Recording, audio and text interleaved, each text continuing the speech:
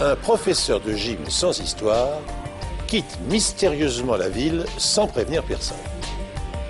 Quelque temps après, l'homme envoie plusieurs lettres pour expliquer les raisons de son départ. Mais une analyse scientifique plus approfondie des lettres et la découverte d'un fragment microscopique de tissu humain oriente les enquêteurs vers une piste criminelle. Avant même l'attaque sur le World Trade Center de New York, les services de renseignement surveillaient des groupuscules terroristes suspects sur le territoire américain. Le FBI avait découvert qu'un crime atroce avait été commis par des individus utilisant une épicerie de Saint-Louis comme couverture. Une autopsie et une cassette ont permis de dévoiler toute la vérité sur cette affaire. Bonjour, je suis heureux de vous retrouver pour ce nouvel épisode des Enquêtes Impossibles. Dans un décor idyllique de montagnes enneigées, des drames se tissent, des passions s'exaspèrent, jalousie et désir de vengeance s'insinuent dans le cœur des hommes.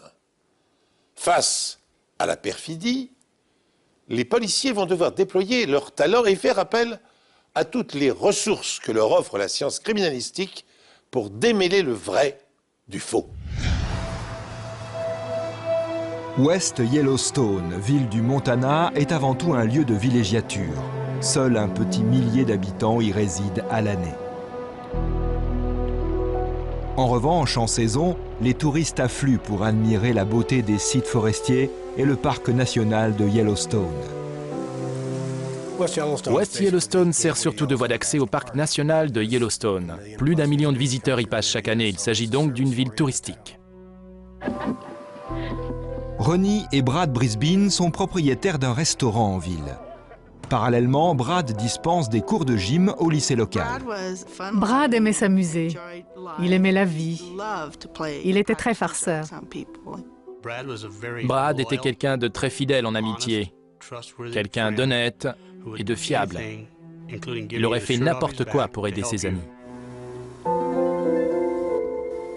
Vendredi 9 novembre 1990, Brad reçoit un appel sur son lieu de travail et quitte la classe de façon impromptue. En fait, je l'ai croisé dans le couloir. Il avait son blouson sur le dos et s'apprêtait à partir. Je lui ai demandé où il allait. Il m'a répondu qu'il allait dépanner un ami et qu'un remplaçant assurerait le cours de sport. Il m'a dit qu'on se verrait pour dîner dans la soirée. Brad déclare se rendre à Belgrade, à quelques 150 km de là, où son ami Larry Moore lui a demandé de le rejoindre. C'était bizarre. Je veux dire, il n'aurait pas abandonné son boulot comme ça, pour rien. Il y avait vraiment quelque chose d'étrange. Plus étrange encore, Brad n'est jamais rentré chez lui. C'est là qu'on a compris que quelque chose n'allait pas.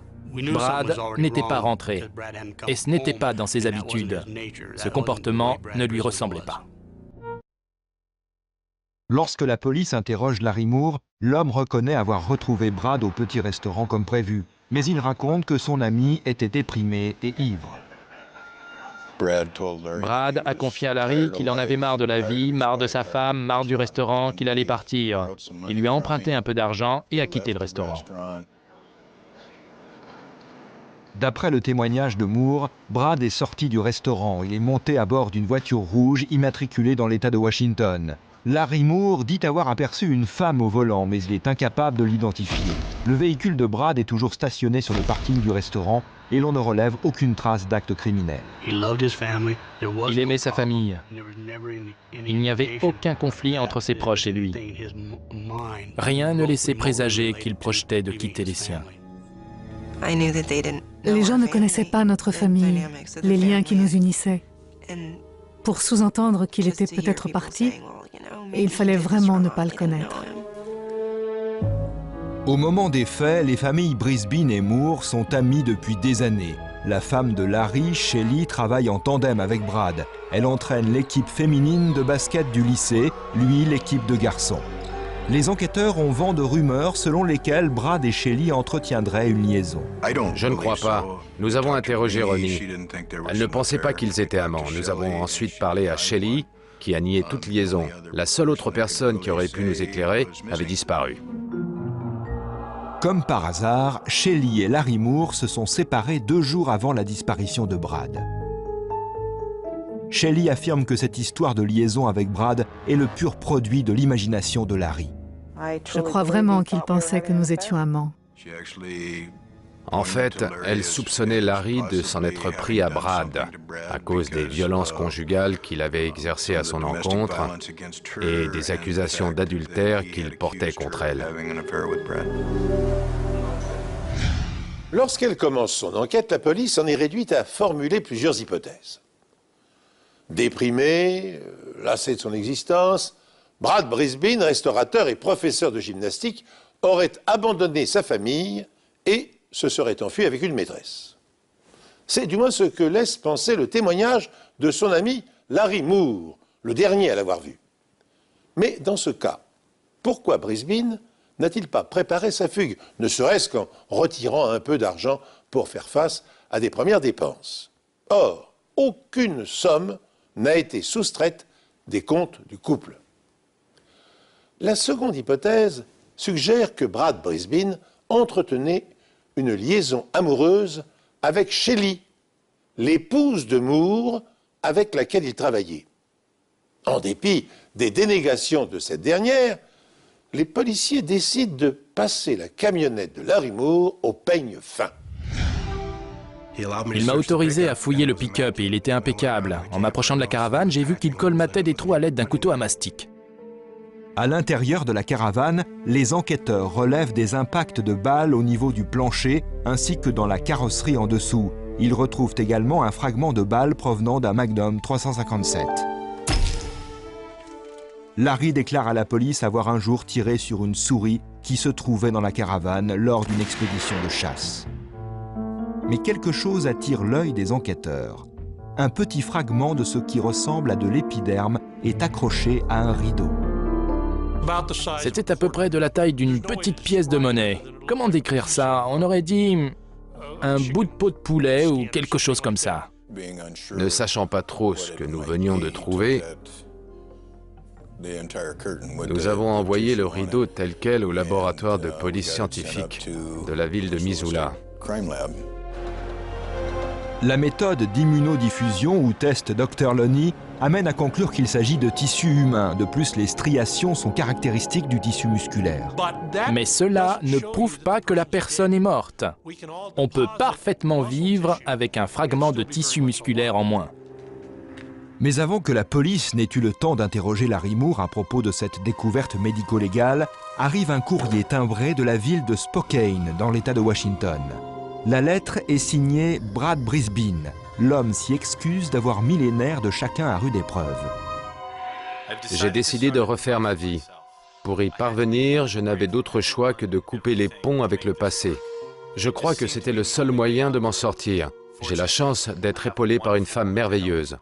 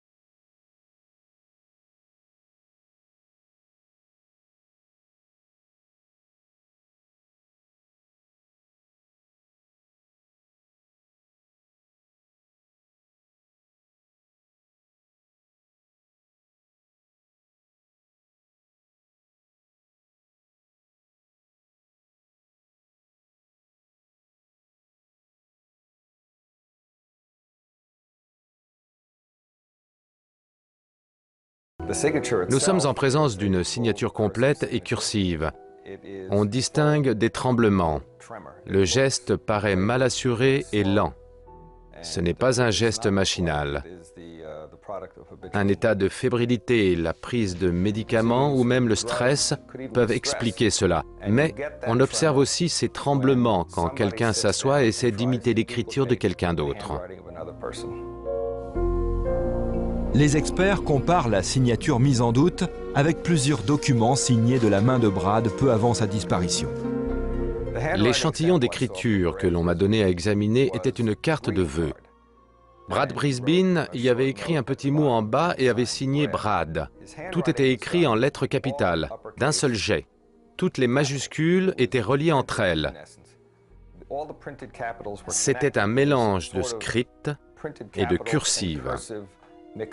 L'écriture était vive, assurée. Le geste rapide, fluide, spontané. Or, la signature présente une graphologie tout à fait différente. Le B majuscule du nom Brad est en fait réalisé en 3 temps. Le geste est interrompu. On a tracé la barre à gauche de la lettre, mais entre le haut et le bas, on a levé la main. Chose intéressante, l'interruption est située à un endroit où l'on s'arrêterait naturellement pour consulter un modèle avant d'écrire la suite. La police soupçonne Larry Moore d'être possiblement l'auteur des courriers, mais peut difficilement se prononcer, cette signature douteuse n'étant pas à proprement parler de l'écriture. Il s'agit d'une reproduction de la signature de quelqu'un. Il ne s'agit absolument pas d'écriture et il est parfois très difficile d'en identifier précisément l'auteur. Sans être capable de dire avec certitude qui a signé la lettre, les experts en documents sont convaincus que ce n'est pas l'œuvre de Brad Brisbane. Je savais que cette lettre était complètement fausse. Mon père ne serait jamais parti comme ça, sur un coup de tête. Si les lettres envoyées au shérif et signées Brad Brisbane ont été écrites par un faussaire, alors qu'y est-il? Qui a intérêt à faire croire que Brisbane a fugué en compagnie d'une maîtresse et qu'il ne réintégrera pas le domicile conjugal? L'expertise de faux en écriture englobe plusieurs techniques. La graphologie et l'analyse des supports et des outils d'écriture, comme le papier, les stylos, les machines à écrire ou les ordinateurs. Dans ce domaine, l'affaire la plus retentissante concerne sans doute les faux carnets d'Adolf Hitler. Oui, en 1979, le magazine allemand Stern publie une véritable bombe pour la somme de près de 4 millions d'euros. Le journal aurait fait l'acquisition auprès d'un général est-allemand de 62 carnets écrits de la main d'Hitler. Les ventes de Stern s'envolent, jusqu'à ce que des experts suisses arrivent à démontrer que les carnets sont des faux, fabriqués de toutes pièces par Konrad Kurau, un spécialiste des contrefaçons d'objets nazis. Pour en arriver à cette conclusion, entre autres éléments, les experts étaient parvenus à démontrer que l'encollage des carnets contenait des traces de polyester, un produit fabriqué seulement à partir de 1953. Ils affirmèrent aussi que le papier contenait un agent blanchissant, le blancophore, disponible sur le marché 1 an plus tard. Dans notre affaire, les lettres soi-disant signées par Brad Brisbane augmentent la suspicion de la police à l'égard de Larry Moore. C'est pourquoi elle décide d'approfondir l'examen méticuleux de son camping-car.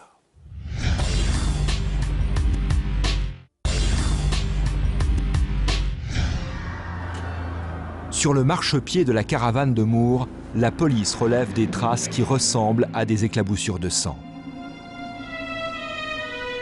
Au microscope, les scientifiques découvrent qu'il ne s'agit pas seulement de sang, mais de tissu. Tissu que l'on identifiera comme étant du tissu humain. L'échantillon est composé à la fois de petites cellules granulaires et de cellules plus grosses, dites cellules de Purkinje. La conclusion s'impose. Le fragment provient d'un muscle. Les experts sollicitent toutefois un second avis. Ils ont envoyé le tissu à Mark Cohen, neuropathologiste dans l'Ohio. Celui-ci a examiné l'échantillon et confirmé « il provient bien d'un mammifère et plus précisément d'un cervelet de mammifère. C'est un fragment de tronc cérébral. » Le cervelet siège à la base du cerveau et commande essentiellement la mémoire et les mouvements automatiques. Le cervelet contrôle le muscle cardiaque. Aucun être humain ne peut vivre sans. Un expert en balistique compare alors l'emplacement du tissu cérébral retrouvé dans la caravane avec les points d'impact de balle. À l'aide d'un laser, il marque le centre de l'impact de balle, puis suit la trajectoire du projectile. Il en déduit que l'auteur des coups de feu a tiré debout. Peu de gens tirent en tenant leur arme en l'air au-dessus de leur tête. Et si l'on imagine qu'un corps se trouvait interposé entre les deux, la distance dont on parle ne dépasse pas quelques centimètres. Ce qui veut dire, par exemple, que la victime ne pouvait pas se tenir debout. L'homme pouvait être effondré ou quasiment à terre. Les experts en balistique examinent ensuite le fragment de balle retrouvé sur le plancher de la caravane et constatent que la trajectoire a dévié. La déformation aurait été très différente si le projectile avait percuté une surface comme du bois, du béton, une cloison sèche ou du métal. La balle a été ralentie. Plus la trajectoire du projectile est longue, lorsqu'il traverse un corps, un tissu ou un simulateur de tissu, plus il perd en vélocité. Pour identifier l'individu à qui appartient le tissu cérébral, les enquêteurs soumettent l'échantillon à un test ADN, mais ils n'ont aucun corps pour procéder aux comparaisons. Nous pouvons déterminer si ce tissu appartient ou non à la personne disparue. Nous pouvons comparer son ADN à celui des membres de sa famille, des enfants et de la mère de la victime. Un enfant porte 50% du patrimoine génétique de sa mère et 50% de celui de son père. En prélevant un échantillon d'ADN sur les pouces de Brad, ses 4 enfants et sa mère, les scientifiques sont en mesure d'établir le profil ADN de Brad par un processus d'élimination. Pour ce faire, ils recourent à la technique RFLP, la méthode d'analyse ADN la plus élaborée à l'époque. Sans le désigner par son nom, cet échantillon tissulaire appartenait à un individu qui pouvait parfaitement être le père des enfants soumis à l'analyse et le frère de la personne disparue. Les scientifiques analysent ensuite le minuscule fragment de tissu cérébral. Pas plus gros qu'une tête d'épingle, l'échantillon est trop petit pour pouvoir être soumis à un test RFLP. Les scientifiques décident donc de l'amplifier par PCR, un procédé consistant à dupliquer un petit fragment d'ADN en vue de l'agrandir de façon à pouvoir l'analyser. L'analyse ADN par PCR révèle que le tissu cérébral retrouvé dans la caravane de Larry Moore appartient à Brad Brisbane. Je savais que ça allait coller. La confirmation officielle de la correspondance a été un grand moment d'émotion. Quelque chose que je n'avais jamais ressenti auparavant. Le verdict du laboratoire est sans appel. Le minuscule fragment de tissu humain retrouvé dans la caravane de Larry Moore provient du cervelet de Brad Brisbane. En possession de cette preuve médico-légale, recevable devant un tribunal, le médecin légiste requalifie la mort présumée de Brisbane en homicide. Larry Moore est arrêté et accusé de meurtre au premier degré. Compte tenu de la rumeur qui laissait entendre que Brisbane avait une liaison avec la femme du suspect, le procureur est maintenant convaincu que le mobile du crime est la jalousie. Moore reconnaît avoir appelé Brad sur son lieu de travail pour lui demander d'aller faire un tour. Les preuves médico-légales semblent indiquer que les deux hommes se sont retrouvés au restaurant et que Moore s'est arrangé pour attirer Brad à l'arrière de sa caravane.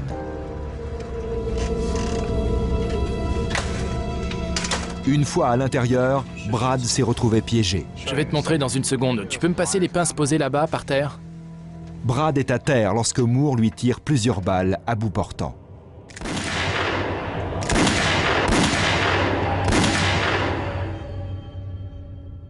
Une balle touche Brad à l'épaule et lui arrache un fragment de muscle. Une autre le blesse à la tête. Personne n'entend les coups de feu à cause des nombreux véhicules qui circulent autour du restaurant routier.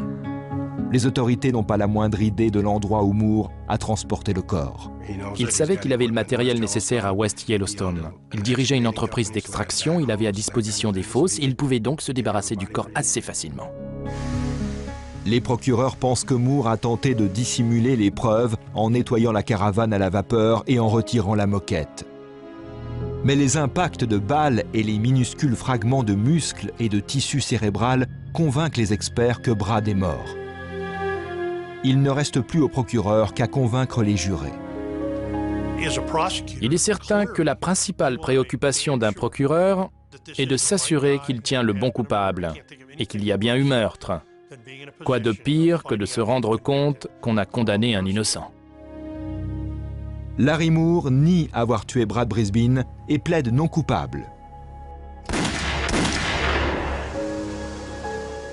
Les procureurs soutiennent que Larry Moore a éliminé Brad Brisbane par jalousie, convaincu que Brad couchait avec sa femme, Shelly. Il semble que Moore ait contrefait la signature de Brad sur plusieurs lettres pour embarquer les enquêteurs sur une fausse piste. Les preuves médico-légales démontrent deux choses aux jurés. 1. Que Brad Brisbane est mort. Et 2. Que Larry Moore est le tueur.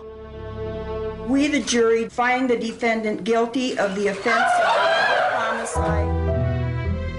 Moore est condamné à une peine de 60 ans d'emprisonnement.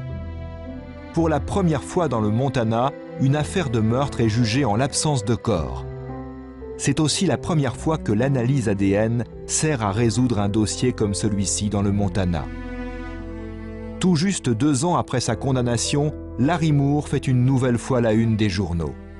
Accusé cette fois d'avoir fomenté la fabrication d'une bombe dans l'enceinte de la prison. Afin d'éviter les accusations fédérales, Moore consent à conduire les autorités jusqu'au corps de Brad Brisbane. Moore oriente les forces de l'ordre vers un terrain de campement où il a dissimulé le Magnum 357 qui lui a servi à tuer la victime. On l'a retrouvé au pied d'un arbre, dans l'un des terrains de camping de Gallon Canyon.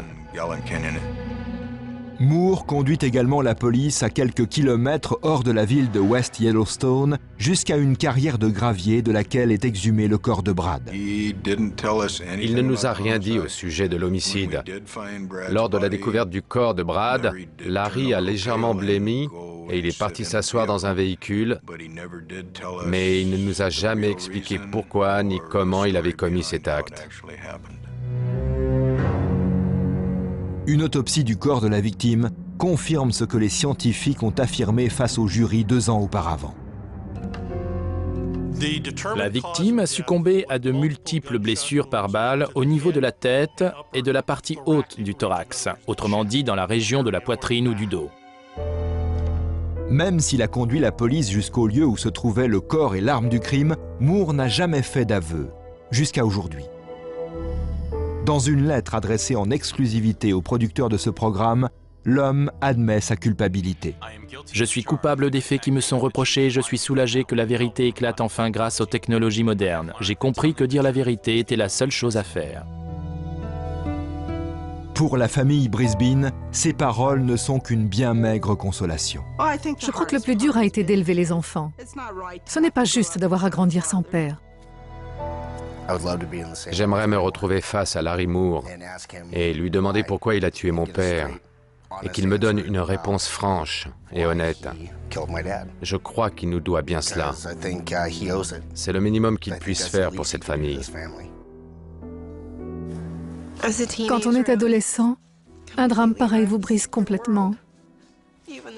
Rien que l'idée que quelqu'un ait commis un tel acte. Les différentes analyses médico-légales ont été autant de pièces qui, une fois réunies, ont permis de reconstituer le puzzle des derniers instants de la vie de Brad Brisbane. Sans cela, nous n'aurions même pas pu prouver que Brad était mort. Il serait encore aujourd'hui porté disparu. L'affaire a été ainsi définitivement bouclée. Le corps de Brad Brisbane a été retrouvé et identifié. L'arme du crime a elle aussi été exhumée et le meurtrier a avoué son crime. Des témoignages tardifs ont permis de mieux comprendre le mode opératoire de l'assassin. Dans l'après-midi du 9 novembre 1990, vers 13h30, après avoir exécuté celui qu'il considérait comme son rival, Larry Moore avait demandé à l'un de ses employés de préparer une pelleteuse. L'employé a ensuite certifié à la police que Moore n'avait ramené l'engin au garage qu'à 17h, le temps pour lui de creuser une tombe sommaire à l'abri des regards. Au cours des interrogatoires, Moore a changé plusieurs fois sa version des faits. Dans un premier temps, il a même affirmé que, sous l'emprise de l'alcool, Brisbane avait pointé un revolver dans sa direction alors qu'il était lui-même au volant de son camping-car. Moore aurait détourné l'arme pour se défendre. Le coup serait parti accidentellement et Brisbane, bien que blessé à la tête, aurait pris la fuite. Ce scénario imaginaire a été démenti par l'analyse de la scène de crime. Après 10 ans de réclusion, Larry Moore a fait une demande de libération conditionnelle. Elle lui a été refusée. Il a renouvelé sa demande tous les 2 ans, comme la loi l'y autorisait, ce qui a encouragé la famille de Brad Brisbane à faire circuler une pétition afin que Moore purge l'intégralité de sa peine, c'est-à-dire jusqu'à la fin de ses jours. L'altérité consiste à reconnaître l'autre dans ses différences et ses spécificités. Le respect mutuel entre les peuples se base sur cette notion, l'altérité. Et si les pays occidentaux n'ont aucune leçon à donner aux autres pays de la planète, force est de reconnaître que les archaïsmes qui survivent dans certaines cultures auraient bien besoin d'être réformés. L'histoire que je vais vous raconter maintenant en fournit un tragique exemple. Tina Issa, âgée de 16 ans, était la fille dont tout parent rêve. Lycéenne brillante et appréciée de tous, c'était une athlète accomplie. Elle souhaitait entrer à l'université pour devenir pilote de ligne. Tina voulait être américaine. Tina aspirait à l'indépendance. Elle voulait avoir une profession, pouvoir voyager. Elle voulait vivre sa vie. Son père et sa mère, Zeyn et Maria Issa, des immigrés palestiniens, tenaient une petite épicerie dans le centre de Saint-Louis. Comme beaucoup d'immigrés, les Palestiniens travaillent dans l'alimentation. C'est une tradition en Amérique.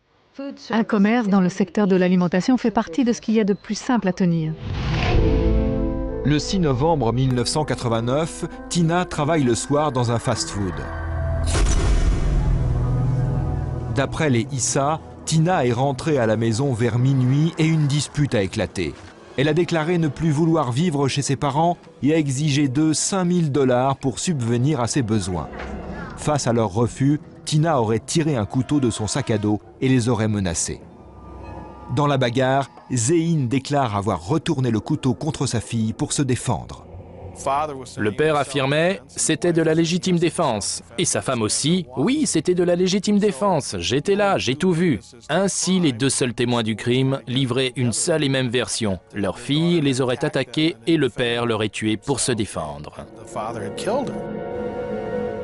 À l'annonce de la mort de Tina, ses amis et camarades de classe sont bouleversés. Just her charisma, just her attitude overall, period. I mean, she was just too nice of a person for anything like this to happen to. Why would he want to start his own child? It's terrible. I feel so bad. Les camarades de classe de Tina révèlent à la police qu'elle s'opposait souvent à ses parents et à leurs méthodes traditionnelles. D'après eux, les Issa voyaient d'un très mauvais œil son petit ami. C'était un très bon élève. Il était extrêmement brillant. Il était dans une section réservée aux meilleurs élèves des écoles publiques de Saint-Louis. C'était un artiste. Il peignait, il dessinait, il écrivait des poèmes. Je ne pense pas que ce soit seulement parce qu'il était noir. À mon avis, le fond du problème est qu'elle avait un petit ami et qu'il ne pouvait plus la contrôler. Les faits se sont-ils déroulés tels que le prétendent les parents de Tina? Ou ces derniers ont-ils voulu s'opposer de la manière la plus violente qu'il soit à la relation que leur fille entretenait avec un garçon de son âge? Mais en attendant que les policiers éclaircissent les circonstances de la mort de Tina, le FBI fait une révélation fracassante à l'inspecteur en chef Harry Hugger. Zain Issa, le père de la victime, a été vu et photographié au Mexique en présence de terroristes masquant ses activités réelles sous le couvert d'une épicerie. Issa serait un agent dormant de l'Organisation de libération de la Palestine, la branche extrémiste du Fatah, dirigée par le terroriste Abu Nidal.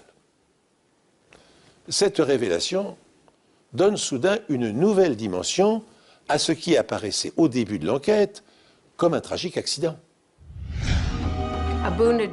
Abu Nidal signifie père de la guerre. Abu père, Nidal guerre. C'était l'un des terroristes les plus virulents qui soit.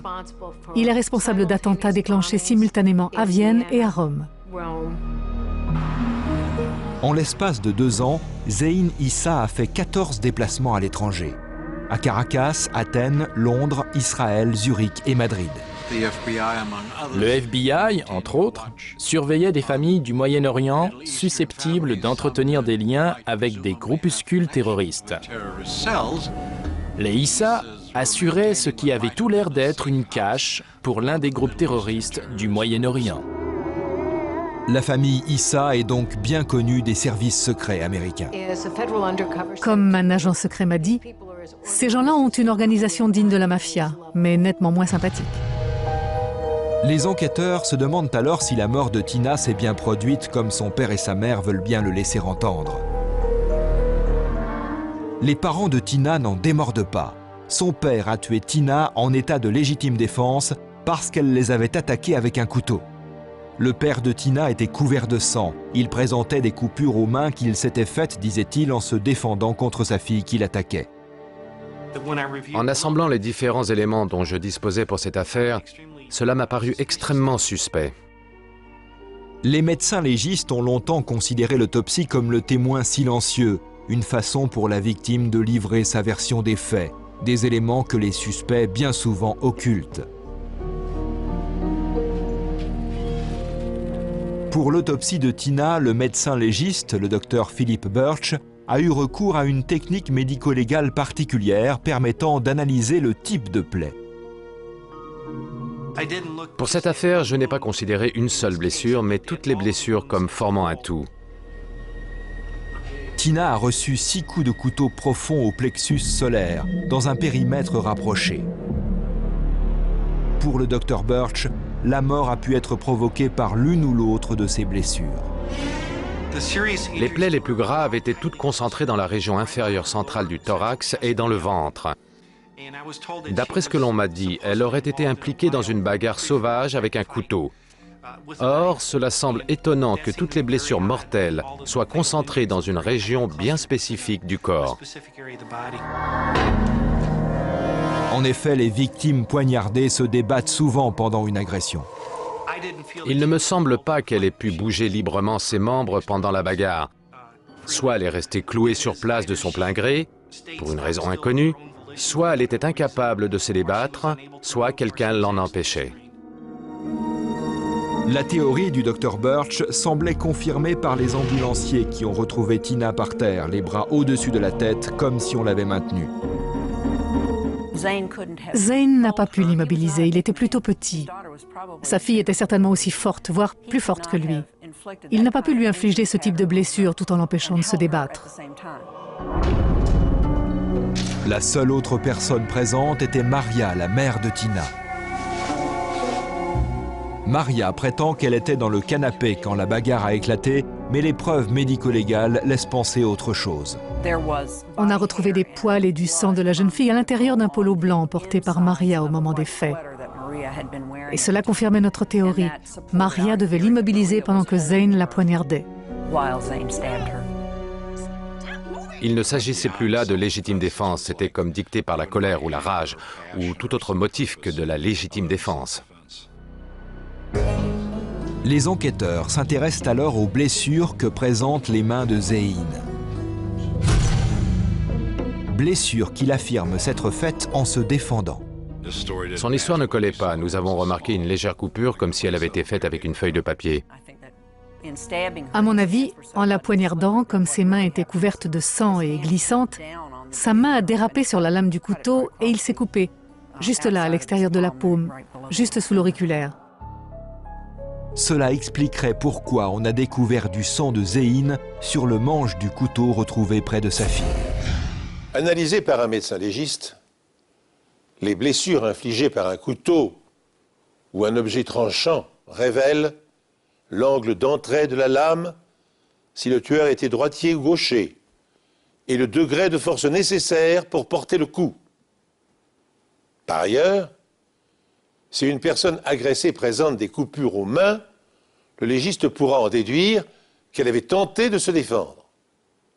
Mais dans le cas de la mort de Tina Issa, l'analyse de ces blessures atteste un tout autre scénario. Le pire qui soit. Tandis que Maria immobilisait sa fille au sol, son mari, son père, l'a lardée de 4 coups de couteau au niveau du plexus solaire. Cette hypothèse est à ce point scandaleuse et incompréhensible que le procureur doute qu'un jury puisse croire que des parents aient pu tuer leur enfant au seul motif qu'elle souhaitait faire des études et choisir librement son petit ami.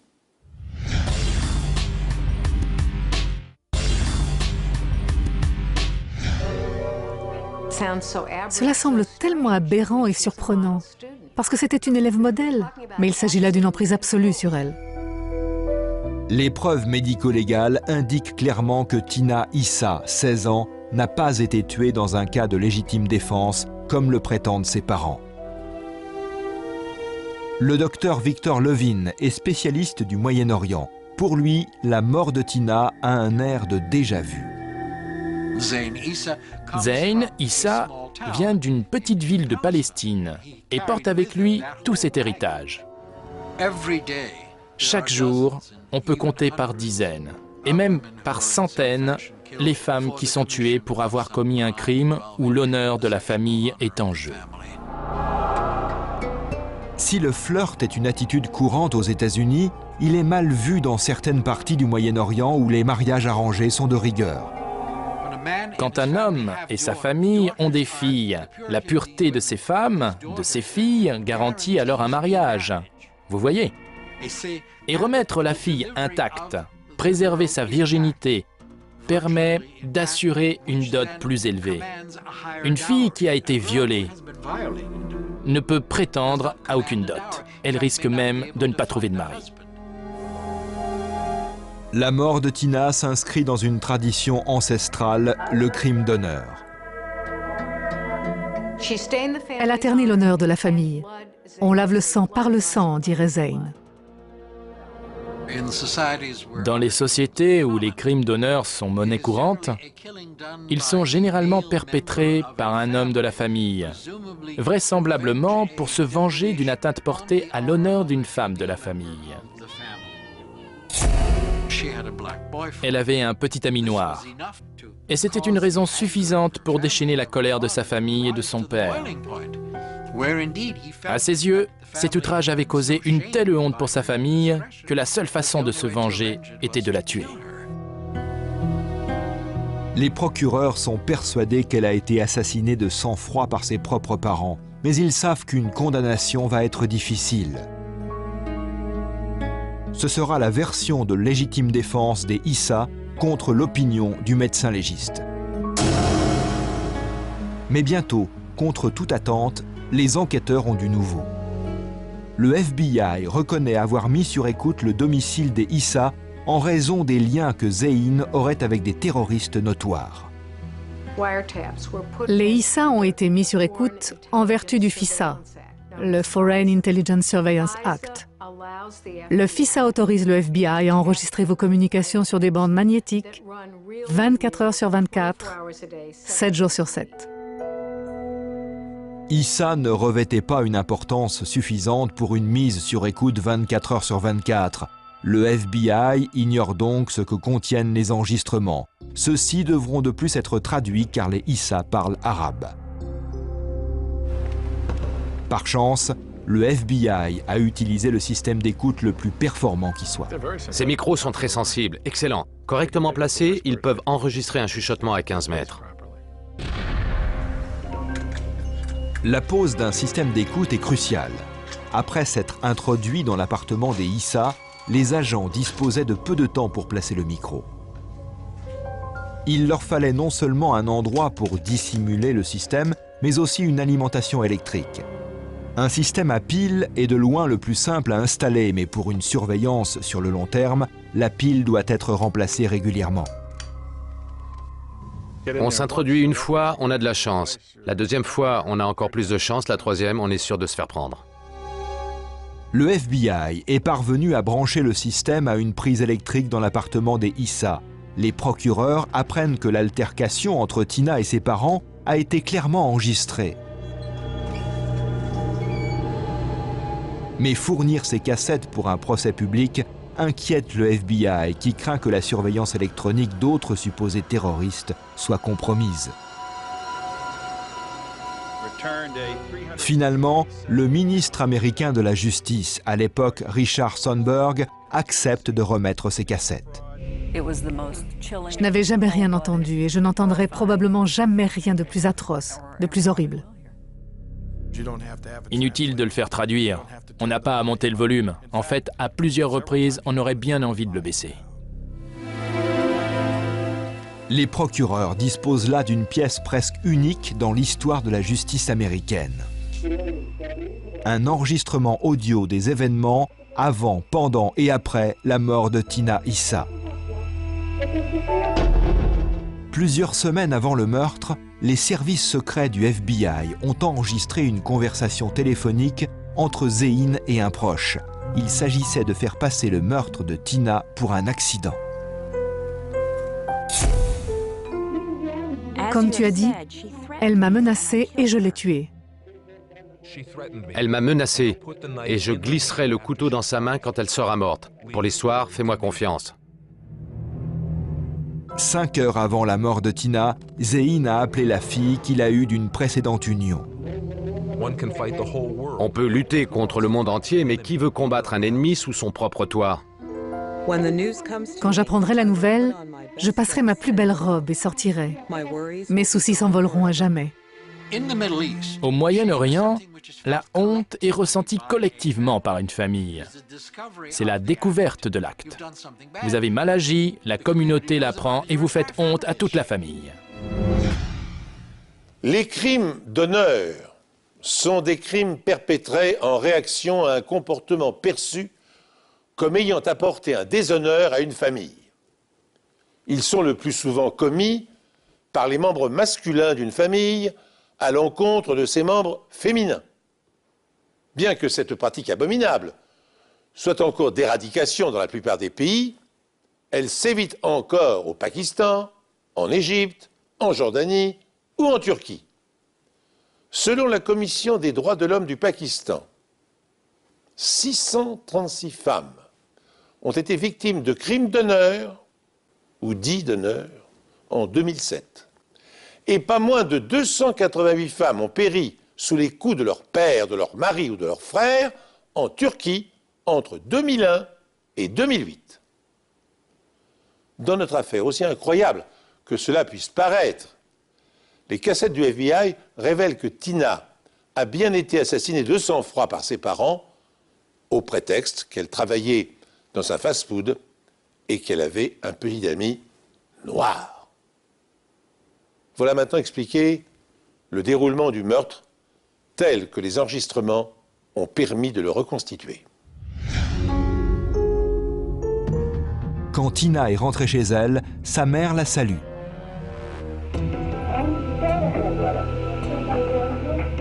Voilà, Tina ne ressortira plus de l'appartement.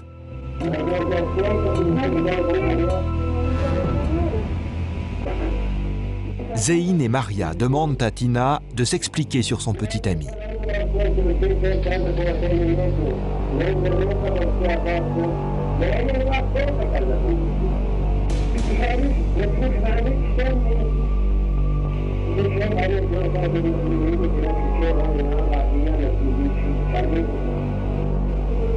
La discussion s'envenime.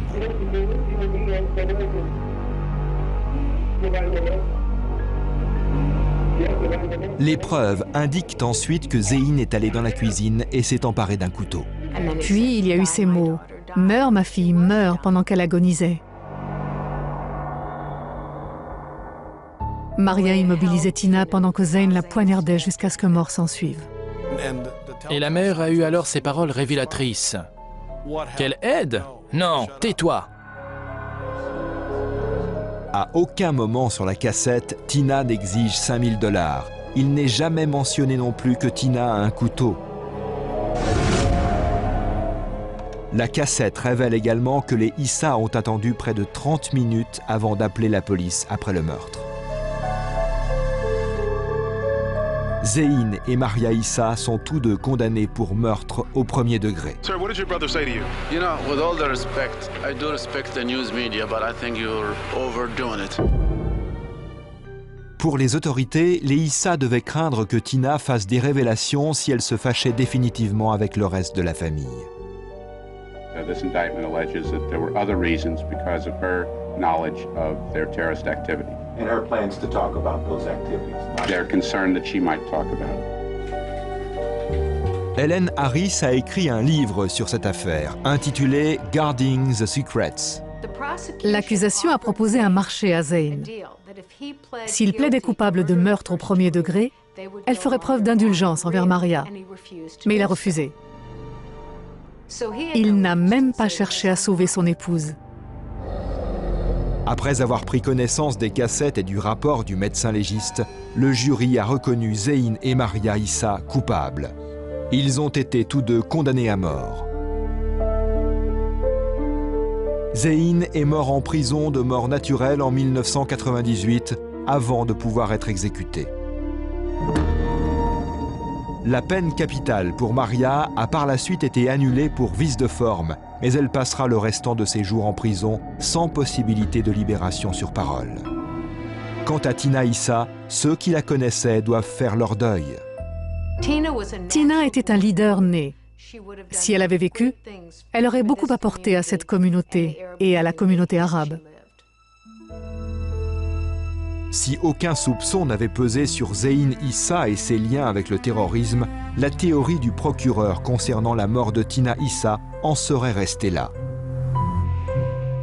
Mais l'enregistrement audio a prouvé ce que nombre de jurys auraient difficilement accepté. On entend à sa voix que ses parents sont en train de l'assassiner. Il n'y a pas grand-chose à ajouter. Comme je l'ai déjà dit, c'est le comble de l'horreur. C'est parfaitement incompréhensible. Après avoir entendu ça, c'est impossible de l'oublier. Et une fois qu'on l'a entendu, on ne veut plus le réentendre. Le médecin légiste n'a écouté l'enregistrement audio qu'après le procès. Mais il n'a pas été surpris par son contenu. J'ai pu recouper les informations fournies par les cassettes avec ce que j'avais vu de mes propres yeux sur le corps le matin où j'ai pratiqué l'autopsie. À mon sens, c'est un meurtre prémédité. Vous en conviendrez, cette histoire est exceptionnelle, et heureusement.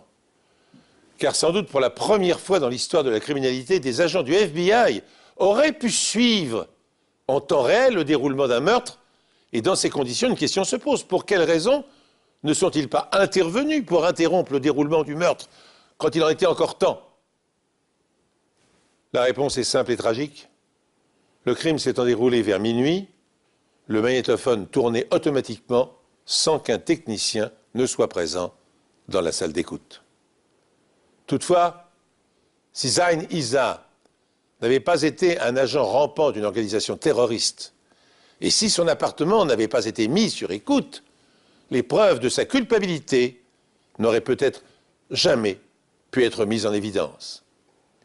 Mise en service en 1978, le Foreign Intelligence Surveillance Act, FISA, est une disposition qui permet aux agences américaines de renseignement, de contre-espionnage, d'utiliser sans mandat rogatoire des moyens de surveillance d'individus suspectés de vouloir nuire à la sécurité des États-Unis.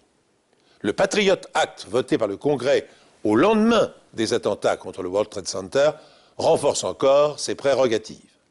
À ce sujet, sachez encore que le 1er avril 1993, un tribunal fédéral a inculpé Zain Issa d'intelligence avec l'ennemi dans le cadre de ses activités au sein de l'organisation d'Abu Nidal. Mais les charges ont été abandonnées puisque le détenu se trouvait déjà dans le couloir de la mort. Ainsi prend fin cette émission. Merci de l'avoir suivi en ma compagnie. Je vous donne rendez-vous bientôt sur cette antenne pour un autre épisode des Enquêtes Impossibles.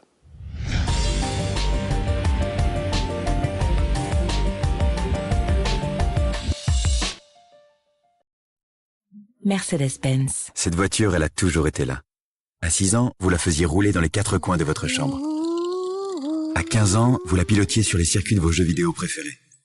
Et aujourd'hui, vous avez fini de jouer, mais pas de vous faire plaisir.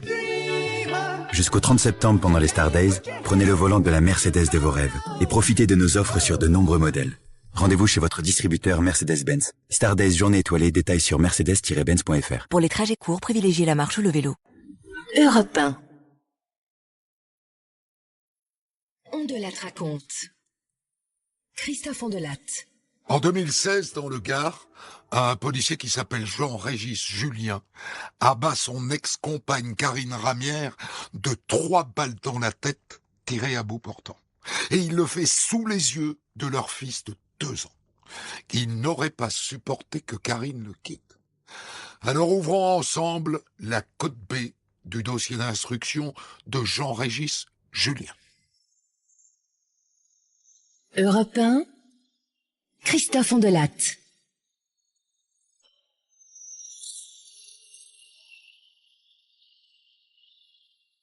Dans le système judiciaire français, le dossier d'instruction contient un sous-dossier appelé cote B. Il rassemble les rapports des experts psychiatres, psychologues et de l'enquêteur de personnalité. Ouvrons l'un de ces dossiers. Ondelat raconte. Cote B sur Europe 1. Le 27 février 2016, vers 11h30, sur la rocade sud d'Alès, dans le Gard, Jean-Régis Julien, un policier de 35 ans, prend en chasse son ex-compagne, Karine Ramière.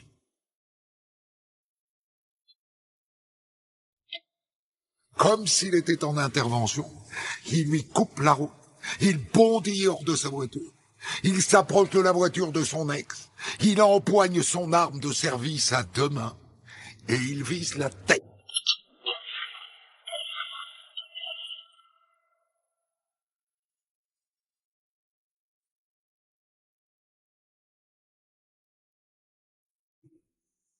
Karine est morte. Elle avait 24 ans. Leur petit garçon de 2 ans a tout vu, tout entendu. Il était à l'arrière de la voiture.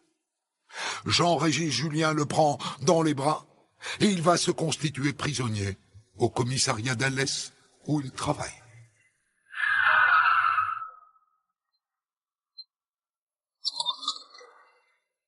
Les gars, je viens de faire une très grosse connerie.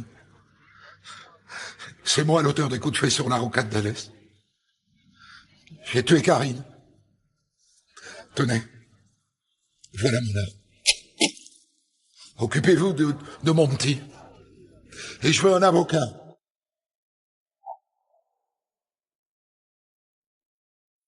Quatre ans après l'assassinat de Karine Ramière, Jean-Régis Julien est condamné à la réclusion criminelle à perpétuité. Il fait appel et il change d'avocat. Il sollicite Randall Schwerdorfer et Ornelas Patafora, rendus célèbres pour avoir défendu Jonathan Daval. On le rencontre directement à la maison d'arrêt de Nîmes, où il est incarcéré. On est impressionné par son apparence parce qu'il est très juvénile. Il est très affable, très sympathique. Et on n'a pas le sentiment qu'il a vraiment conscience de la gravité de l'affaire dans laquelle il est. On a le sentiment qu'il est complètement dépassé par ce qui vient de se passer, son procès, la condamnation qui a été prononcée. Il est dans l'incrédulité la plus totale. Et on a peur d'une chose, c'est qu'il voit en nous quelque part des sauveurs, ce qu'on n'est pas. Et on lui explique très vite que sortir de perpétuité sera le maximum qu'on pourra faire pour lui. Donc je pense que pour lui c'est quand même difficile à entendre.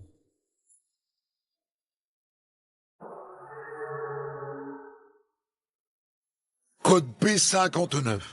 Expertise psychiatrique des docteurs Monnier et Laillé. Le contact avec Jean-Régis Julien, 36 ans, s'établit facilement. Le discours est posé, calme. Il n'a pas d'idées délirantes, ni de troubles du discours. Pourtant, Jean-Régis Julien nous dit « Des voix dans ma tête me demandaient de tirer sur mon ex-compagne pour me soulager. »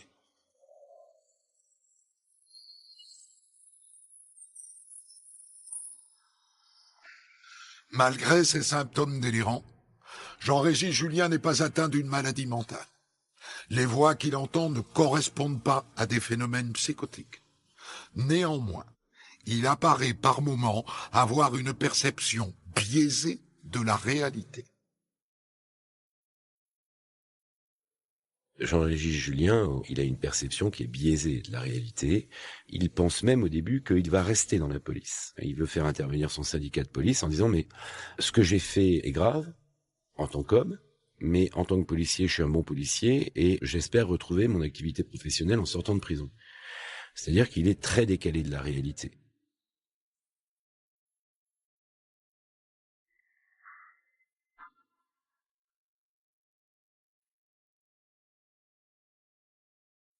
En attendant, Jean-Régis Julien a une nouvelle compagne. Depuis sa cellule, il lui écrit qu'il est plein d'espoir pour son avenir. Il n'y a pas une seconde où je ne pense à toi. Dès ma sortie de prison, j'espère que tu seras là pour moi, car j'ai envie de construire quelque chose avec toi. Quand je sortirai, on pourra aller à Venise, à Rome. J'essaie de m'entretenir pour rester beau pour toi. Je fais des pompes, des abdominaux. Dès que j'aurai le jugement, je vais demander une grâce présidentielle. Sick.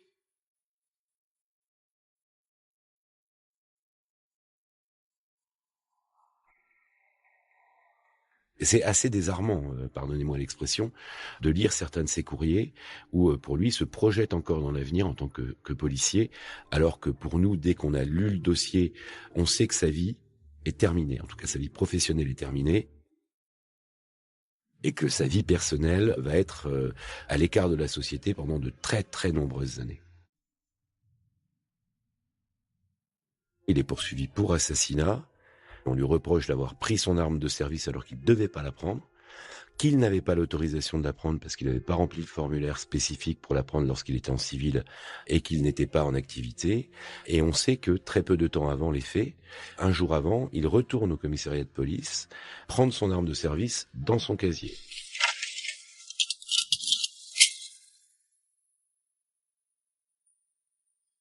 Bien, monsieur Julien.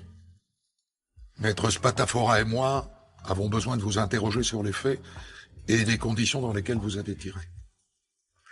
Vous pouvez nous expliquer? Ce jour-là, je croise Karine en voiture, par hasard. Elle était entre Alès et Saint-Ambroise.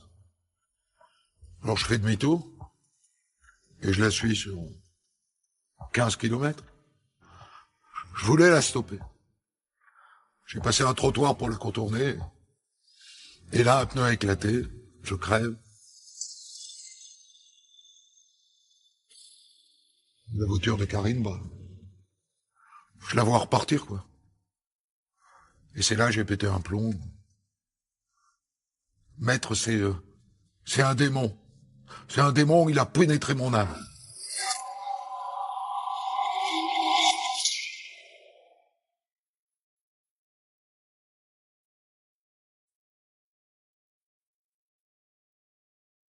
Le pneu qui a éclaté l'a complètement déstabilisé. Et pour lui, ce qui s'est passé après était presque irréel. Il y a un avant ce pneu qui éclate et un après ce pneu qui éclate.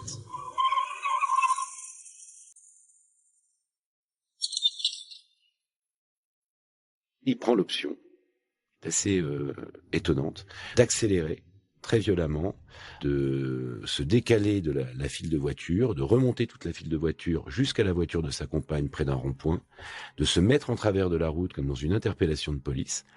Et là, on rentre dans quelque chose d'assez particulier, presque mécanique, presque clinique. Il sort du véhicule, arme au poing, et, comme dans une opération de police, braque sa compagne et il va tirer. 1 fois, 2 fois, 3 fois.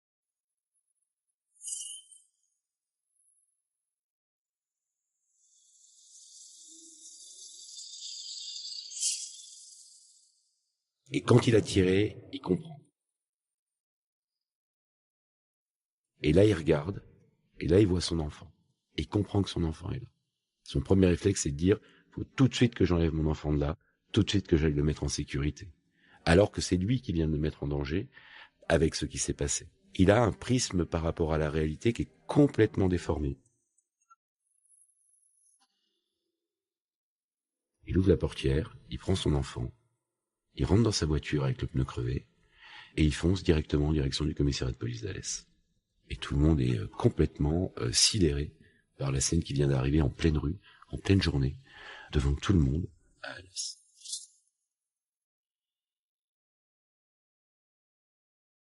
Et là, le policier qui reçoit ça, sur le coup, il comprend pas ce qu'il arrive. Et quelques secondes après, il s'assoit, là où s'assoit n'importe qui vient déposer plainte au commissariat de police. Il attend, avec son enfant, presque comme s'il s'était rien passé. Et puis le policier d'accueil, complètement incrédule, complètement abasourdi aussi, appelle un de ses responsables en disant ouais, faut venir tout de suite, là, il y a un gros problème.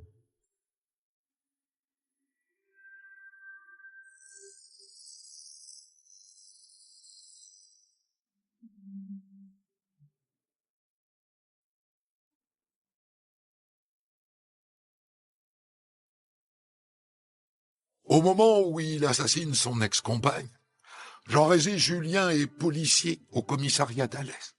C'est aussi un pompier volontaire, comme son père. Un homme présenté par tous comme serviable, avec un grand sens du dévouement et de l'honneur. Dès lors, comment a-t-il pu commettre cette folie? Alors que les experts le disent. Il n'est pas fou. Évidemment, la juge d'instruction se plonge dans les arcanes de sa vie et de son enfance.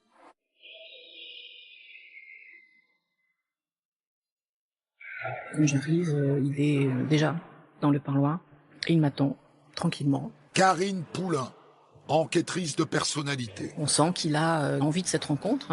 Voilà, il est plutôt poli, plutôt posé. Il attend mes questions, il y répond, il interagit. Il est plutôt à l'aise dans l'entretien.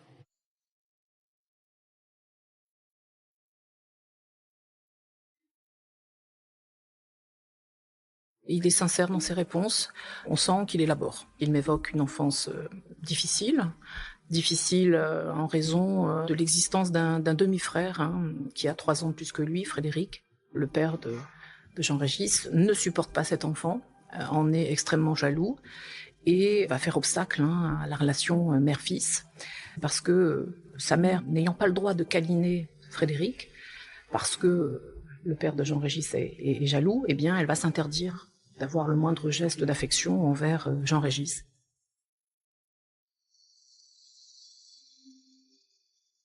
Les enfants font beaucoup de bêtises, notamment Frédéric, donc il y a beaucoup de conflits, il y a même des violences, puisque cet enfant finira par être placé à l'âge de 13-14 ans, et il ne reviendra jamais à domicile. Et pour Jean-Régis, c'est un vrai drame, parce qu'il est profondément attaché à ce frère, ils ont grandi ensemble, ils sont solidaires. La mère... lasse de cette situation, va finir par quitter le domicile brutalement. C'est ce que j'appellerais le premier abandon dans la vie de Jean-Régis.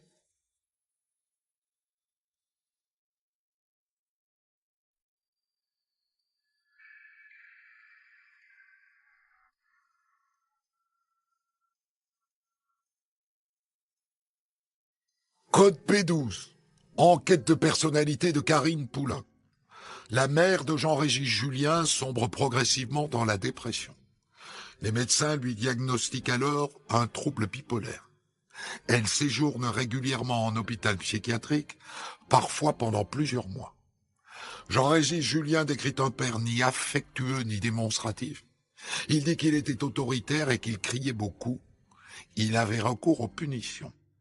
Mais néanmoins, il était présent pour les loisirs et lors des vacances.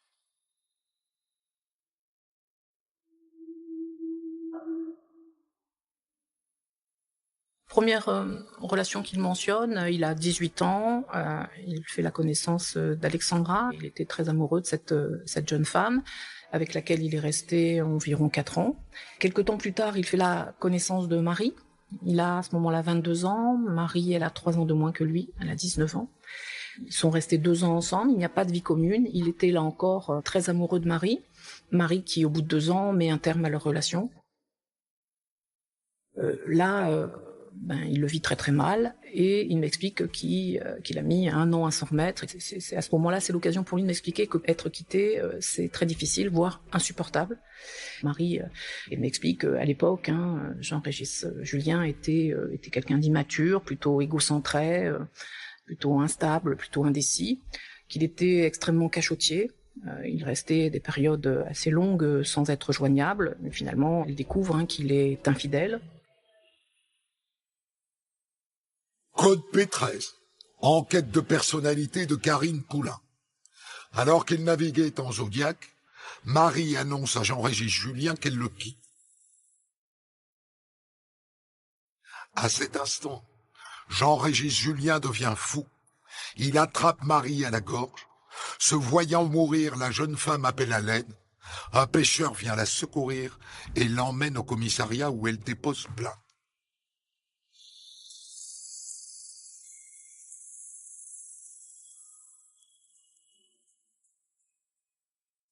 Pendant 1 mois, Jean-Régis Julien harcèle Marie par téléphone et fait du chantage au suicide. Ce n'est qu'à la suite de cette seconde plainte pour harcèlement qu'il cesse d'importuner la jeune femme.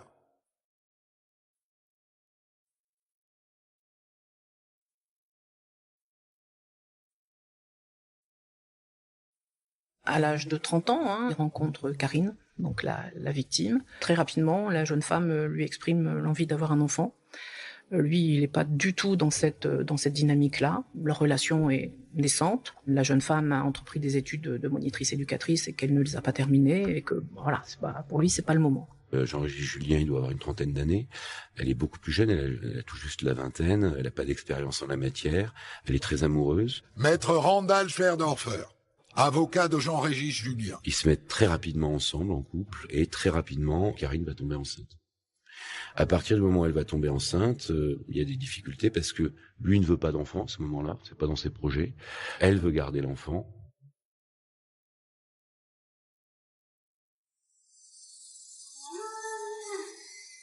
Là, pour lui, c'est une véritable trahison. Il est convaincu qu'elle lui a fait un enfant dans le dos et il va nier cette grossesse et il va se comporter avec Karine de façon particulière. Il reconnaît, il est exécrable, il est dénigrant, il est disqualifiant. Il va mal se comporter durant toute sa grossesse. Il va avoir des aventures pendant cette période-là et il va déjà y avoir, au moment où elle est enceinte, je crois, une rupture. Première rupture, et puis ils vont se remettre ensemble, et puis de nouveau une rupture. Et c'est très passionnel et fusionnel, et l'enfant arrive trop vite. Beaucoup trop vite.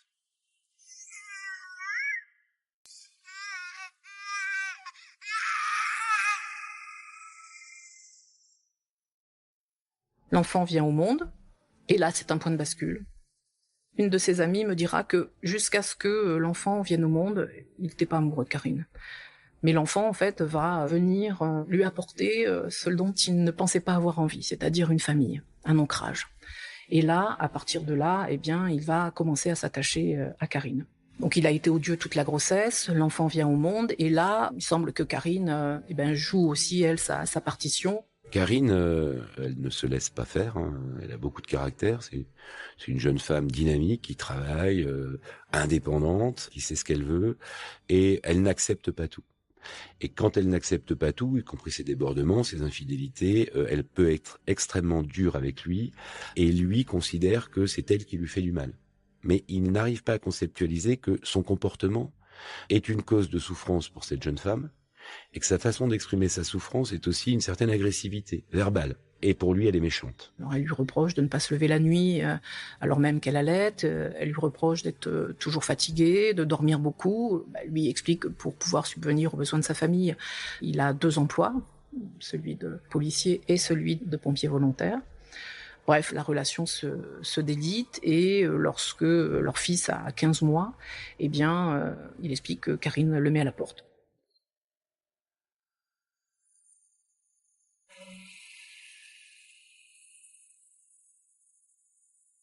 Code B53. Expertise psychiatrique des docteurs Monnier et Laillé. Après la découverte d'un nouveau SMS compromettant sur le portable de Jean-Régis Julien, Karine décide de mettre fin à leur relation. Lui explique qu'il pensait pouvoir la récupérer. Devant le refus déterminé de Karine et son impossibilité d'accepter la rupture, il adopte des comportements d'insistance proches du harcèlement. Il nous dit « Je voulais lui parler, j'allais devant chez elle, je l'ai harcelée, c'était plus fort que moi, je la voyais comme un idéal. » À partir du moment où elle le met à la porte, là, il se sent abandonné. Et l'abandon réactive chez lui des très mauvais souvenirs, va le plonger dans une dépression. Et il explique que ce qui a entretenu cette dépression, c'est qu'en fait, Karine, qui est monitrice éducatrice, va favoriser sa place de père. Donc, ils continuent à faire des activités ensemble, ils voyagent même ensemble. Régulièrement, il vient garder son fils, il s'en occupe. Et donc, dans son esprit, ça entretient l'illusion de la continuité d'une relation. Et là, on a quelqu'un qui est quand même en souffrance psychologique, et puis ça le renvoie à un vide total. Dans ses centres d'intérêt, en réalité, il y a son métier, il y a son métier, et il y a son métier. Donc en dehors de tout ça, il y a l'autre. L'autre, ça va être Karine. Il y a son enfant, mais il n'y a pas grand-chose d'autre. Et il se rend compte qu'en réalité, sa vie, en dehors de son travail, il a un temps phénoménal. Et ce temps-là, il va le passer devant chez elle, ou à la suivre, ou à passer des heures dans sa voiture, à attendre qu'elle arrive. Et en fait, il est rempli d'un vide sidéral, qui est provoqué par l'abandon, un sentiment d'abandon profond, comme un enfant peut avoir ce sentiment d'abandon avec sa mère.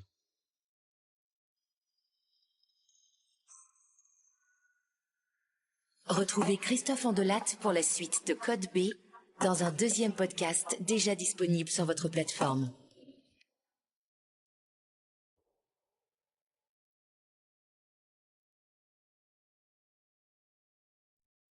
Mercedes-Benz. Cette voiture, elle a toujours été là. À 6 ans, vous la faisiez rouler dans les 4 coins de votre chambre. À 15 ans, vous la pilotiez sur les circuits de vos jeux vidéo préférés. Et aujourd'hui, vous avez fini de jouer, mais pas de vous faire plaisir. Jusqu'au 30 septembre, pendant les Star Days, prenez le volant de la Mercedes de vos rêves et profitez de nos offres sur de nombreux modèles. Rendez-vous chez votre distributeur Mercedes-Benz. Star Days journée étoilée, détails sur mercedes-benz.fr. Pensez à covoiturer. Europe 1. On de la raconte, Code B, la suite de votre épisode.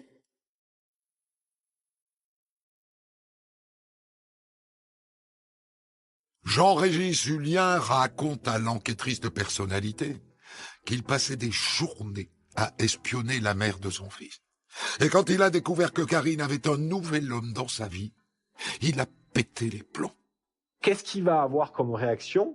Eh ben, il va la harceler d'appels téléphoniques. Docteur Laurent Laillé, expert psychiatre. Il sent qu'il est en train de la perdre. Et donc, comme il la perd, il perd pied. Et le jour des faits mis en cause, il se dit qu'il veut voir son fils. Il se dit qu'il veut reprendre contact avec son ex-compagne. Et donc, à nouveau, il veut la reconquérir. Et puisqu'elle est avec un nouveau compagnon, sa relation est définitivement terminée. Karine, elle bascule d'un objet d'amour en une image menaçante, en un objet de haine. Donc ses affects d'amour envers Karine se transforment en affects de haine.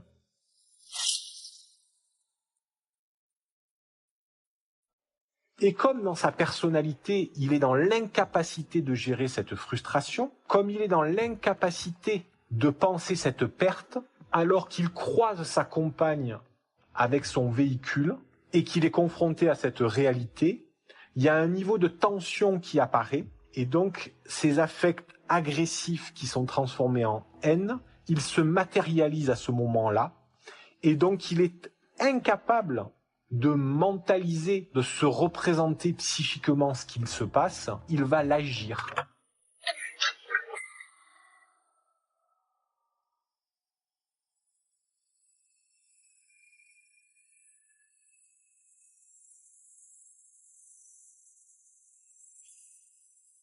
Code P12.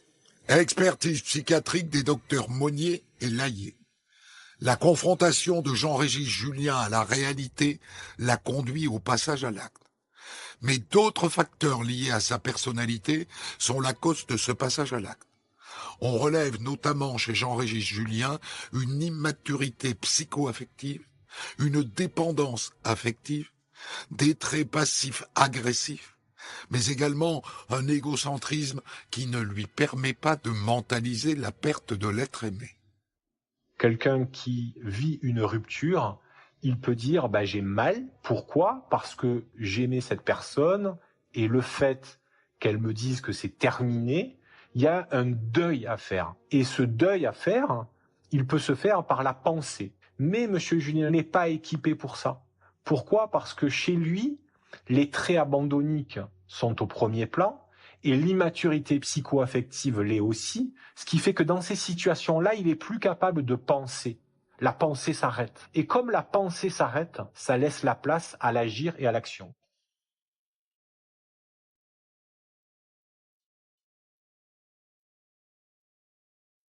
Être quitté, ça ravive des blessures intenses du passé. Karine Poulain, enquêtrice de personnalité.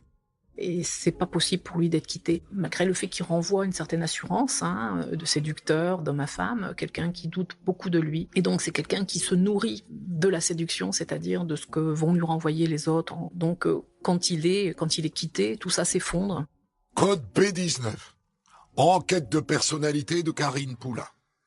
Jean-Régis Julien est unanimement dépeint comme un garçon gentil, affectueux, attentionné, câlin et doux par ses anciennes compagnes. Mais il est aussi perçu comme un homme volage, infidèle, ayant peu confiance en lui, avec en permanence un besoin d'être rassuré et guidé. Il ne supporte pas la solitude. On est pour moi dans un crime qui est même pas possessionnel, qui est vraiment obsessionnel. Maître Randall Schwerdorfer, avocat de Jean-Régis Julien. Et à ce niveau-là, on est pour moi dans le trouble psychologique caractérise. On est dans quelqu'un qui est rentré dans la zone danger, dont certains se rendent compte dans son entourage, y compris sa dernière, entre parenthèses, petite amie qui se rend compte que là, il est vraiment dans l'obsession, sans plus aucune réflexion, avec ce côté d'un psychisme, d'un esprit fatigué et complètement à bout de souffle. Je suis d'accord avec le terme rumination, mais c'est à mon sens aussi un crime de possession.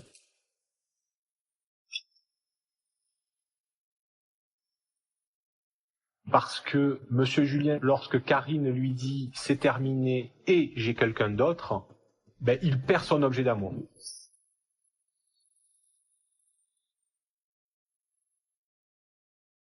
Donc perdre son objet d'amour, ça a à voir avec la possession. Mais ça a à voir aussi avec la rumination. Parce que au moment où il est en train de la perdre, parce que le moment où il est en train de la perdre, c'est pas quelque chose qui dure 1 minute ou 2 minutes. C'est quelque chose qui s'étale sur des jours, c'est quelque chose qui s'étale sur des semaines. Et durant ces jours ou ces semaines, il va pouvoir la reconquérir, ou il faut qu'il arrive à la reconquérir comme il l'a déjà fait par le passé. C'est une idée qui tourne et qui tourne sans cesse, et qui finalement n'a d'autre résultat que de faire monter son niveau de tension et ses craintes d'abandon.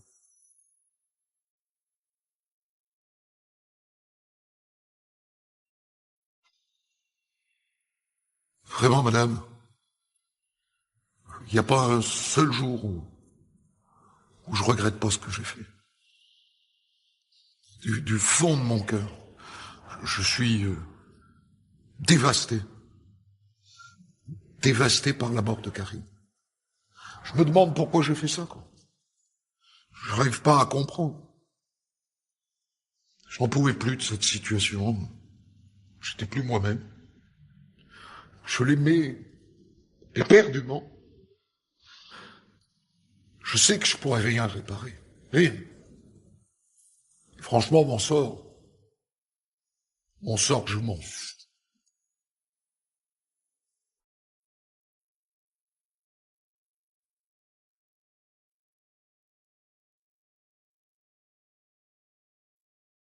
Je pense qu'il s'en veut, mais il est dans cette logique du fait qu'il n'avait que cette seule issue pour pouvoir se sortir de cette situation. J'ai même senti un homme soulagé, tellement il était torturé au moment des faits. Voilà, c'est quelqu'un qui mangeait plus, ne dormait plus, quelqu'un qui faisait le guet, voilà, c'est quelqu'un qui s'échappait à lui-même, quoi. Le passage à l'acte chez Monsieur Julien a permis de faire arrêter sa souffrance. Karine, elle est passée d'un objet d'amour idéalisé à, pendant un petit laps de temps, un objet de haine, et immédiatement après, quasiment, elle est de nouveau idéalisée. Et elle le sera toute sa vie, puisque le passage à l'acte homicide a figé la situation dans un éternel. C'est-à-dire que maintenant, toute sa vie, il pourra dire « Je regrette Karine, qui était l'amour de ma vie. » Et ça ne changera plus jamais. «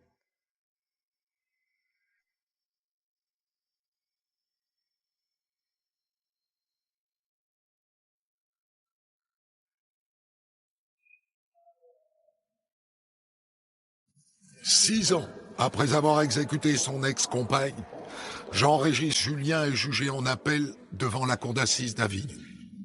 Faites entrer l'accusé. » L'audience, elle est horriblement tendue quand on l'aborde. C'est très tendu avec les avocats des parties civiles. C'est manifestement hostile. Maître Randall Schwerdorfer, avocat de Jean-Régis Julien. Il est montré comme le monstre, vu comme le monstre, vu comme un prédateur absolu. On est dans un procès manichéen. Voilà, c'est le monstre avec l'ange. Et c'est le monstre qui a tué l'ange et il faut exécuter le monstre.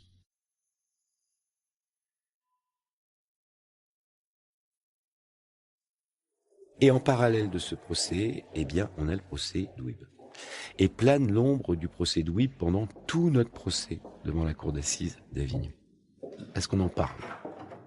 On en parle dans la presse, mais on en parle dans la salle d'audience.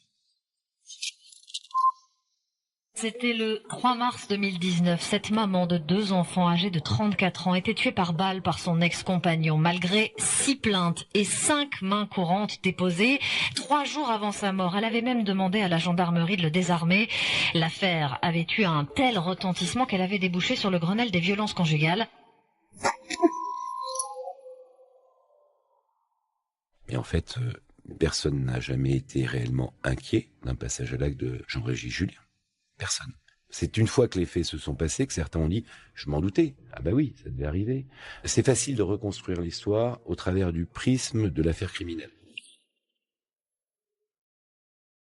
Chez lui, il n'y a pas d'escalade, c'est pas un compagnon violent, c'est même pas un compagnon possessif dans le couple. On est vraiment a posteriori du couple dans l'obsessionnel, dans la rumination. Mais dans le couple, il n'y a rien qui permet de penser, si ce n'est qu'il a ce problème abandonnique, que c'est quelqu'un qui est dans la possession, dans le contrôle. Monsieur l'avocat général, vous avez la parole.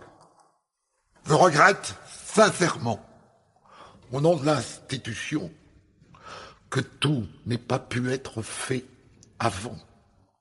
Il y avait des signaux faibles, du harcèlement notamment. Une plainte avait été déposée. Monsieur Julien ne peut pas se plaindre qu'il ne voyait pas son fils. Tout le reste n'est qu'apitoiement sur son sort. Ce que vous avez à juger, c'est un féminicide, même si ce terme n'est pas juridique. Randall Schwerdorfer, l'avocat de Jean-Régis Julien, s'est adressé brièvement à la cour d'assises en demandant que ce procès ne devienne pas le procès du féminicide. Ce ne doit pas être le procès du meurtre des femmes, mais le procès du meurtre d'une femme. Les médias relaient ce terme de féminicide, mais les faits se suffisent à eux-mêmes. Monsieur Julien est un policier, mais il n'en est pas moins un homme ordinaire, a lancé maître Schwerdorfer.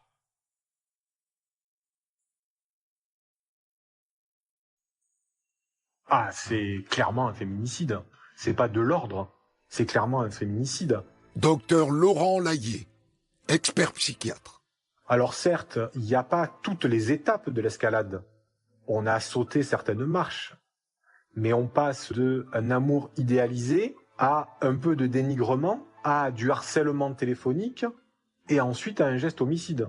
Donc on est quand même dans une logique qu'on retrouve très fréquemment dans les violences conjugales. Donc c'est pas effectivement quelque chose qui pourrait être un cas très typique, mais ça répond à une logique qui est quand même assez similaire. Ce qu'il faut savoir, c'est que les féminicides, la plupart interviennent au moment de la rupture. Ça dit quelque chose de la relation d'objet, si je puis dire, qu'avait pu établir Jean-Régis. Elle le quitte et là il s'accroche et ne supporte pas finalement d'être quitté et préfère finalement casser son jouet, quoi. Effectivement, le schéma qu'on a en tête, c'est une vie commune avec le premier coup porté, puis le deuxième, puis le troisième.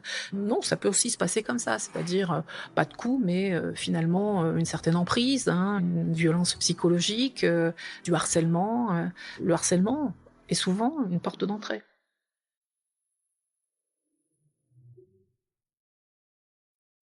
Monsieur Julien, 5 jours après les faits, vous avez envoyé une lettre à vos parents depuis votre cellule. Et je me dois de la lire à la cour pour nous éclairer sur votre passage à l'acte. Je lis. Chers parents, j'ai craqué. Vous savez combien elle était horrible avec moi. Je n'étais plus moi-même. J'ai vu rouge. Elle a brisé mes rêves de famille avec mon petit. Elle a brisé ma vie complètement. Mon fils n'a pas mérité cela, le pauvre, mais sa mère m'a poussé à bout. Elle m'a poussé à bout. Si on voit la structuration de la phrase, elle, c'est le sujet, il est grand, et lui, il apparaît comme le M'. Donc c'est tout petit dans la phrase. Donc cette phrase, elle est extrêmement parlante. Elle, c'est elle qui est à l'origine de tout. Moi, je suis juste la petite victime qui finalement a subi ces assauts qui m'ont fait que je suis à bout. Dans mon expérience, c'est quand je rencontre les détenus, effectivement, ils sont dans cette représentation-là, dans cette idée-là. Mais 2 ans plus tard, aux assises, ils ont bougé quand même. L'homme, la femme que je rencontre, elle a cheminé. Elle est capable de dire aux assises et d'assumer ses responsabilités.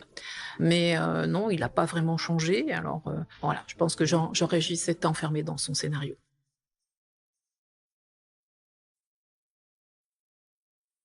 À l'audience, la sœur de Karine lit une lettre à Jean-Régis Julien.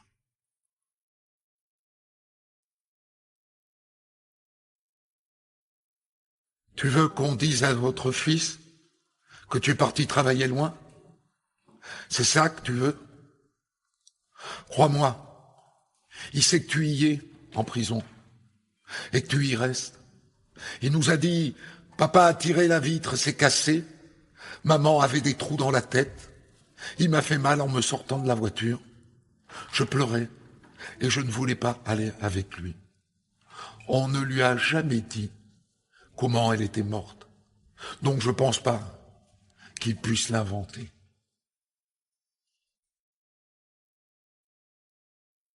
Et la sœur de Karine explique combien l'enfant est traumatisé. Ça ne se passe pas bien à l'école. Il tape les autres parce qu'ils ont une maman. Il réagit par la colère et la violence parce que, pour lui, c'est le seul exemple que tu lui as laissé.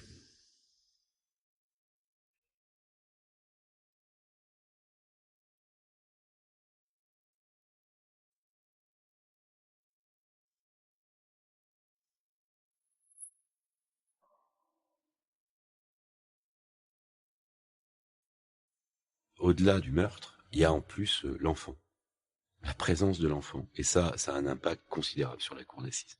D'abord, il a tué sa compagne dans le véhicule avec l'enfant derrière, en faisant prendre un risque phénoménal à l'enfant aussi.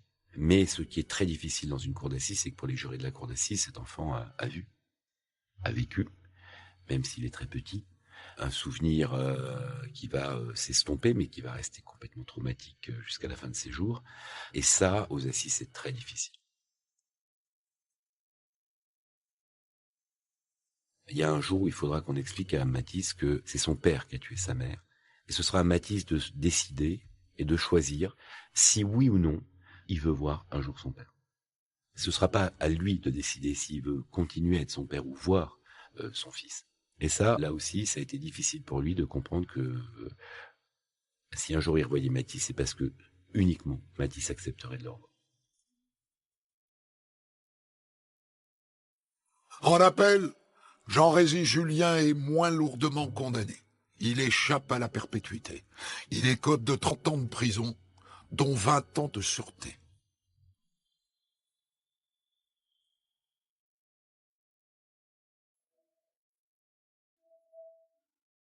C'était On de la raconte dans sa version psy. Rédaction en chef Guillaume Maury. Enquête aujourd'hui de Vincent Deby. Réalisation Mathieu Fray. Retrouvez On de la raconte Code B tous les vendredis et samedis dès 6h sur votre plateforme de podcast.